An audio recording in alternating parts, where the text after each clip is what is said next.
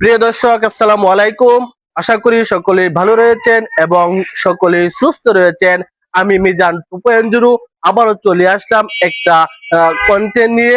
এই যে দেখতেছেন, বাবার পৈতৃক সম্পত্তি ছিল। আজকে তিন ভাই দুই বোন থাকার কারণে এই যে বাড়িটা ছিল, বায়ে বায়ে দ্বন্দ্ব লেগে আজকে এই সম্পত্তি ভাগ করতে গিয়ে বিল্ডিং গুলা ভেঙে একেবারে চুরমার করে দিয়েছে। একেবারে এখানে দেখতে পারতেছেন যে এই জায়গা ভাড়া থাকতো, প্রতি মাসে এক একটা রুম থেকে 5,000 টাকা করে আসতো। আজকে বায়ে বায়ে মিল নাই। বিয়ে করার পর বায়ে বায়ে দ্বন্দ্ব লেগে গেছে। পৈতৃক সম্পত্তি বন্টন করতে গিয়ে এখন তাদের নিজেদের মধ্যে কোনো সম্পর্ক নাই। একেবারে বিচ্ছিন্ন অবস্থা।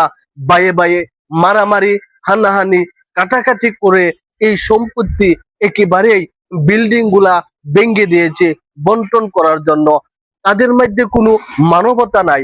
এখন যখন বিয়ে করে বউকে গড়ে নিয়ে আসে, আনার পর এখন ভাইয়ের যে আগে সম্পর্কটা ছিল সেই রকম সম্পর্ক থাকে না।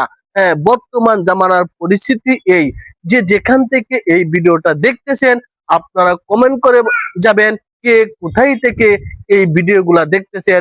সকলেই ভালো থাকেন, সুস্থ থাকেন। দেখা হবে আবার অন্য এক